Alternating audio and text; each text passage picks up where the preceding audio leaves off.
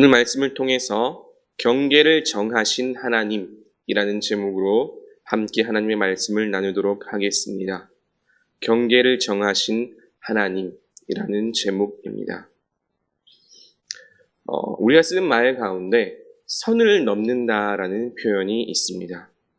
인간관계의 선, 그런 경계를 정하고 그 경계를 넘게 되면 서로가 불편해지니까 서로 침범하지 말자는 그런 암묵적인 합의와 비슷한 것들이죠. 혹시 관계의 거리라는 말을 들어보신 적이 있습니까? 타인과 관계를 맺을 때 일정 거리 이하로 다가오게 되면 불편함을 느끼게 되거나 혹은 반대로 친밀함을 느끼게 되는 그런 거리를 말합니다. 관계의 거리라는 책이 있는데요. 그 책의 저자 홍정우 작가는 그거를 대략 1m 정도라고 말합니다. 처음 보는 사람 혹은 아직 그 관계가 친밀하지 않은 사람이 그 1m 거리 안으로 들어오면 불편함을 느낀다고 합니다. 그러나 반대로 친밀한 사람, 사랑하는 사람이 그 1m 거리 안으로 들어오면 오히려 더 큰 친밀함을 느낀다고 하지요. 이처럼 경계는 때로는 불편함을 방지하게 하는 역할을 하기도 하고요. 또 때로는 더 큰 안정감을 느끼게 하는 역할을 하기도 합니다. 그리고 또 조금 더 크게 보자면 도시와 국가 간의 그런 경계를 정해서 안전을 보장받기도 하고 또 누군가는 반대로 그 경계를 침범해서 전쟁이 일어나기도 하는 것입니다. 그래서 우리 인간 사회와 인류의 역사는 어떤 관점에서는 경계의 역사라고 말할 수도 있습니다. 오늘 말씀은 이와 비슷한 관점으로 읽을 수 있습니다. 이 세상에서 최초의 경계를 만드신 분이 있다면 누구일까요? 바로 우리 창조주 하나님이십니다. 오늘 말씀에는 하나님께서 바다와 땅의 경계를 정하시는 모습이 나타납니다. 창세기 창조 기사를 읽어보면 하나님께서 그 경계를 정하시고 그래서 각각을 구분짓는 모습, 이러한 모습이 여러 군데에서 반복적으로 나타나고 있지요. 첫째 날 빛이 있으라고 말씀하신 것부터 하나님은 빛과 어둠을 가르셨습니다. 또 궁창, 하늘이라는 그 공간 경계를 통해서 하늘 위의 물과 또 하늘 아래의 물을 나누셨지요. 그리고 오늘 말씀에서도 나타났듯이 땅과 바다의 경계를 정하셨고 또 이후에 에덴 동산의 4개의 강을 통해서 땅의 경계, 나라와 민족의 경계를 정해 주셨습니다. 뿐만 아니라 선악과를 통해서 하나님과 인간 사이에 넘을 수 없는 분명한 경계도 보여주셨지요. 하나님의 창조의 역사는 그렇기에 한편으로는 그 경계를 정하고 구분 지음으로 질서를 만들어 가신 역사라고 할 수 있습니다. 또 그래서 하나님의 형상인 우리 인간 역시 하나님께서 하신 그 일들을 따라서 오늘날까지 수많은 경계들을 만들어 오고 있습니다. 오늘은 이 가운데 하나님의 천지창조 셋째 날 바다와 땅의 경계를 정하신 말씀을 통해서 또 중요한 영적인 진리를 함께 나누어 보고자 합니다. 그 첫 번째 주제는 하나님께서 친히 경계를 정하셨다는 것입니다. 그렇습니다. 그 경계를 만드시고 한계를 정해 주신 분은 다름 아닌 우리 하나님이십니다. 너무나 당연해 보이는 이 진리는 그러나 참으로 중요합니다. 태초에 사람이 경계를 긋고 한계를 정한 것이 아닙니다. 하나님께서 그 경계를 긋고 한계를 정해 주셨습니다. 하나님께서 물을 한 곳으로 모으고 뭇을 드러나게 하시고 물을 바다라 하시고 뭇을 땅이라 하셨습니다. 하나님께서 우리에게 허락하신 공간은 바다가 아닌 땅이지요. 하늘도 아니고 바다도 아니고 땅이라는 명확한 경계가 있는 공간입니다. 이 경계를 넘어가면, 다시 말해 하나님께서 정해주신 이 한계를 넘어가면 어떻게 될까요? 그렇죠. 죽게 됩니다. 죽습니다. 조선 기술이 발달한 오늘날도 바다는 여전히 죽음의 공간이지요. 아무리 기술이 발달한다 한들 인간이 바다를 안전한 공간으로 여기는 것은 쉬운 일이 아닐 것입니다. 하늘도 마찬가지이죠. 하나님께서 우리 인간에게 주신 곳은 이처럼 명확한 경계가 있는 땅이라는 공간입니다. 그러면 이것이 가지는 영적인 의미는 무엇일까요? 그것은 우리 인간은 스스로의 한계를 분명히 알아야 한다는 점입니다. 오늘날 인간의 이 인류의 역사 이래로 인간은 계속해서 하나님께서 정해주신 그 경계를 넘으려고 했습니다. 하나님께서 정해놓으신 그 선을 넘고자 했지요. 하나님께서 정하신 선을 넘는 것, 이것을 다른 말로 하면 무엇일까요? 바로 죄입니다. 죄. 하나님께서 정해놓으신 선을 넘는 것이 바로 죄라고 볼 수 있죠. 어떤 사람들은 성경을 읽고 난 후에 그 감상을 이렇게 말했다고 합니다. 어떤 사람이 성경은 뭐 죄다 다 하지 말라는 것 뿐이냐라고 말이지요. 그런데 여러분, 이것이 바로 핵심 가운데 하나입니다. 하지 말라는 것. 바로 그것이 하나님께서 정해놓으신 경계이자 인간의 한계입니다. 그것을 넘으면 죄가 되는 것이고, 그리고 곧 죽는 것입니다. 인류의 기술과 과학의 발전, 그리고 정신적인 이 인문학의 발전들을 좋게 보자면 모두 생육하고 번성하라는 하나님의 명령의 하나로 볼 수도 있겠지요. 생육하고 번성하라는 그 명령을 따라서 지금까지 발전하고 또 성장해온 것이 우리 인간일 테니까요. 그러나 여기에서 한 가지 분명한 것은 그럼에도 불구하고 분명한 경계, 즉 한계는 있어야 한다는 점입니다. 경계를 정하지 않고 무분별하게 발전하는 것은 오히려 인간에게 더 큰 해악을 가져다 줄 수도 있습니다. 최근 들어서 정치적 올바름이라는 이 사상이 전 세계를 휩쓸고 있습니다. 21세기의 인문학의 대세라고도 할 수가 있겠지요. 정치적 올바름, 영어로는 political correctness, 줄여서 PC주의라고도 부르기도 합니다. 큰 틀에서 보자면 인본주의부터 시작해서 다문화주의, 종교다원주의, 또 성소수자, 동성애까지도 모두 포함하는 그런 사상입니다. 그들은 자신들의 주장이 옳다고, 올바르다고 믿습니다. 또 그렇게 행동하지요. 그런데 과연 그들의 주장과 행동이 정말로 옳을까요? 그러면 무엇을 위한 올바름일까요? 정치적 올바름이라고 하는데 자신들의 욕망을 위한 올바름은 아닙니까? 필요에 따른 선택적 정의를 추구하는 그런 올바름은 아닙니까? 아니면 어쩌면 올바름을 빙자한 방종은 아닐까요? 하나님은 분명히 남자와 여자를 구분하셨고 성령을 통해 인간이 응당 가져야 할 모든 가치와 또 그 한계를 분명히 말씀해 주셨습니다. 그러나 그러한 가치, 그러한 사상을 가진 사람들은 성경을 의심하고 나아가 부정하며 오히려 자신들의 욕망을 정당화, 합리화합니다. 다르게 말하면 하나님께서 정해주신 그 경계와 한계를 부정하는 거죠. 인간의 과학기술 역시 비슷한 맥락이라고 할 수 있습니다. 하나님께서 주신 이성과 지혜로 이제는 자연을 정복하고 지배하다 못해서 우주로 나아가지요. 이것이 무조건 잘못된 것만은 아니겠죠. 그러나 생명공학은 또 어느새 하나님의 고유 영역이라 할 수 있는 생명 창조에까지도 복제를 넘어서 손을 대려고 하는 그런 시도들도 있습니다. 이 모든 것들이 과연 아름다운 결과만을 가져다 줄까요? 이미 우리는 무분별한 자연 개발과 정복, 지배로 인해서 망가지고 있는 오늘날의 현실에 이 지구를 경험하고 있습니다. 한계가 없는 인문학은 인간의 인간됨을 해치고 한계가 없는 기술 발전은 오히려 우리 인간을 자멸의 길로 인도할 수도 있습니다. 그리고 이것을 성경 가운데 가장 대표적으로 보여주는 것이 바로 선악과입니다. 먹는 순간 정령 죽으리라.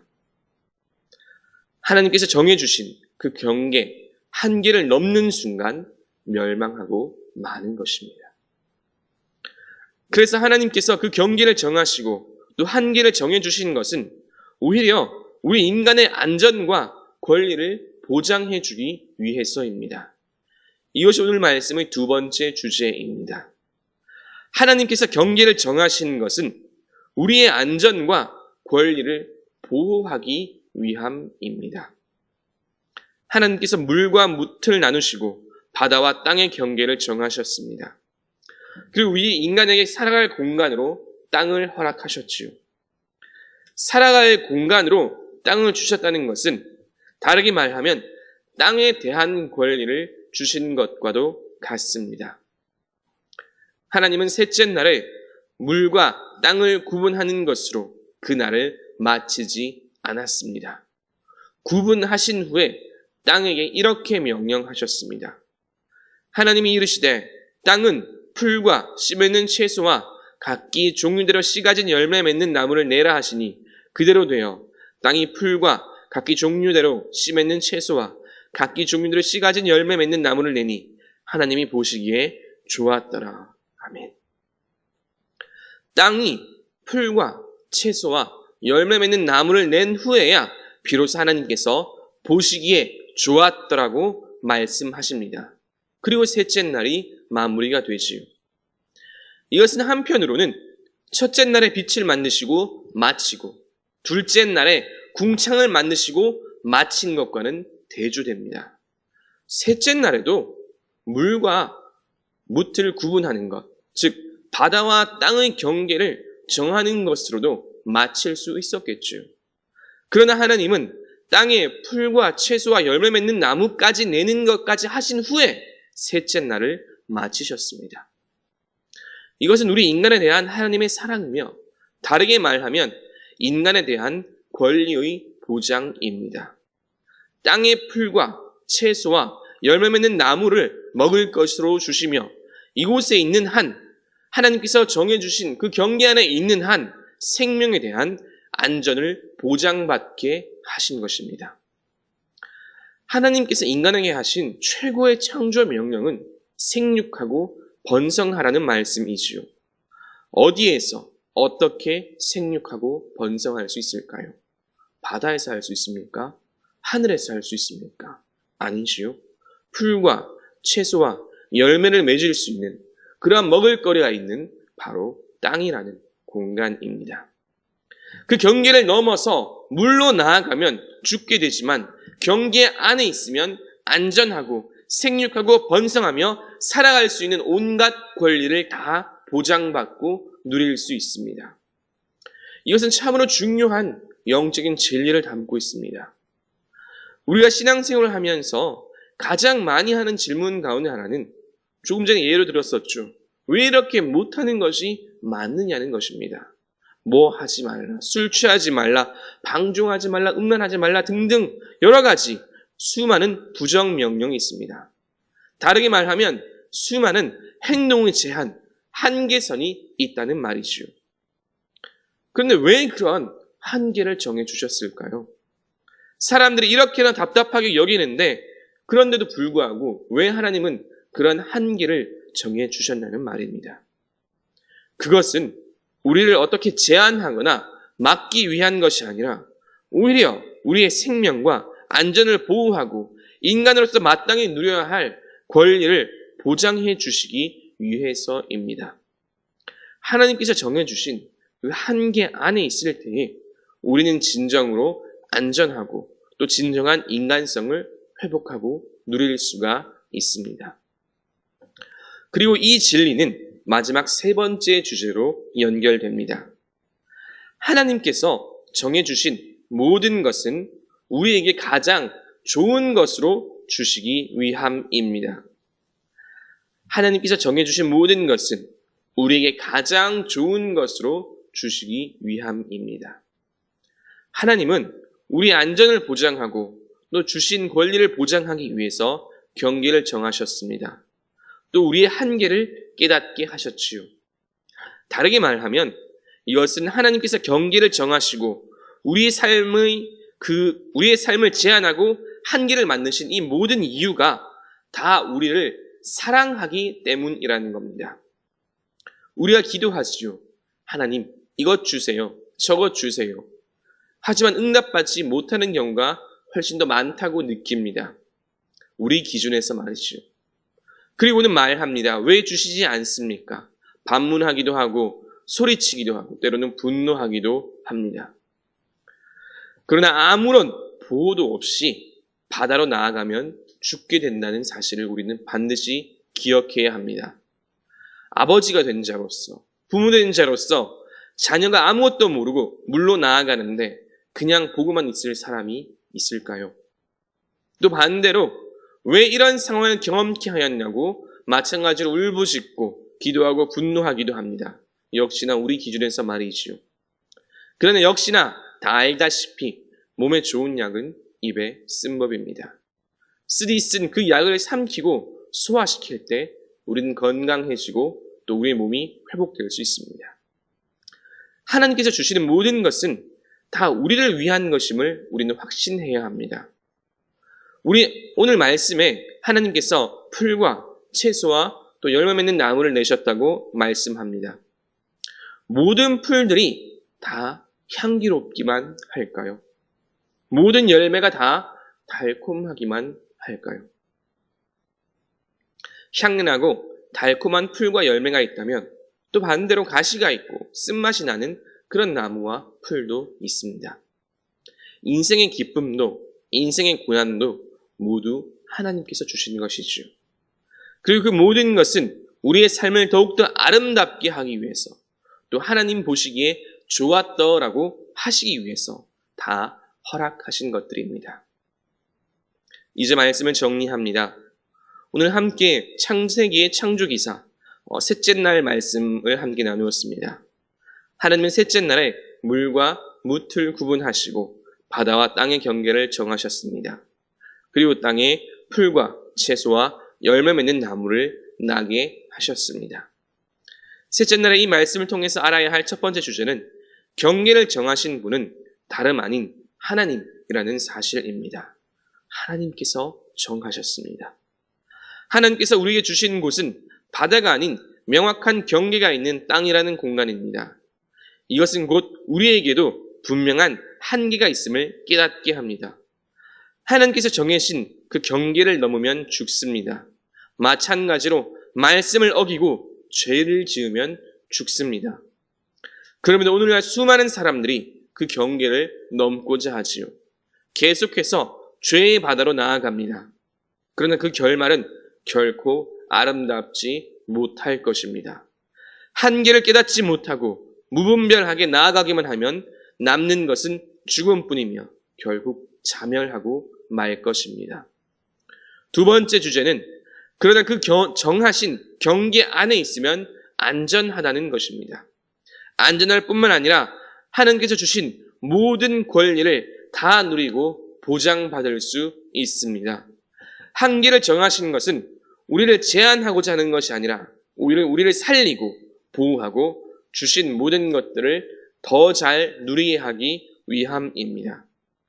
하나님께서 정해주신 그 경계 안에 있으면 우리는 생육하고 번성할 수 있으며 풀과 채소와 나무의 열매를 모두 다 누릴 수 있습니다. 결국 이처럼 하나님께서 정해주신 모든 것은 다 우리에게 가장 좋은 것으로 주시기 위함입니다.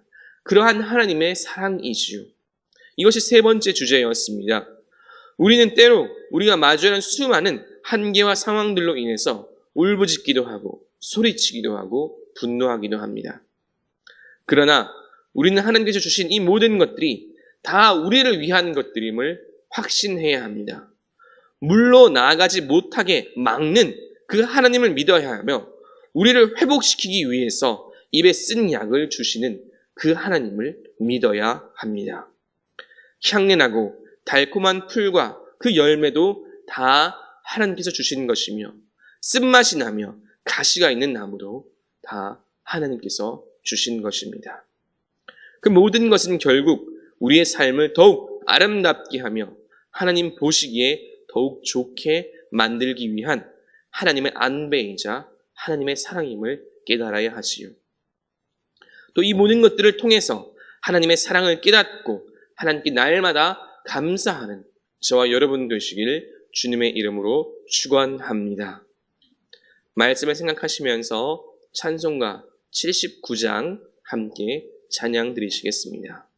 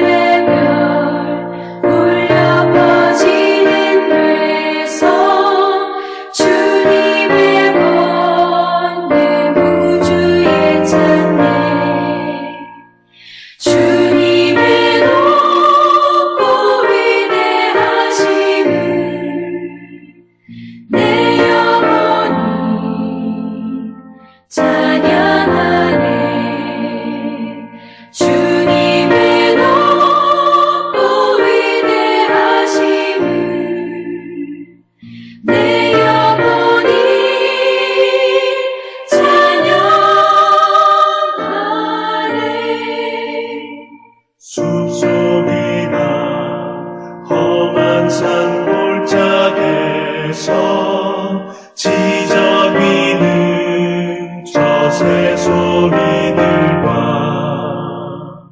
고요하게 흐르는 시냇물은 주님의 솜씨 노래하도다.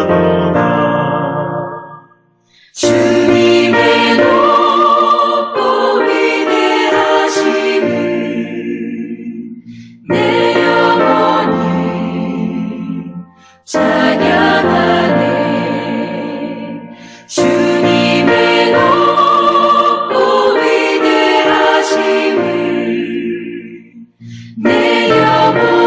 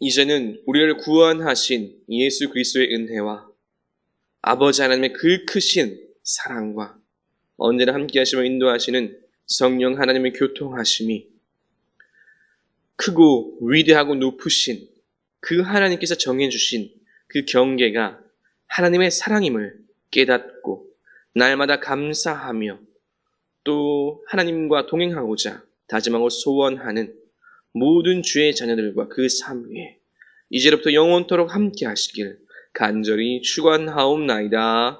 아멘.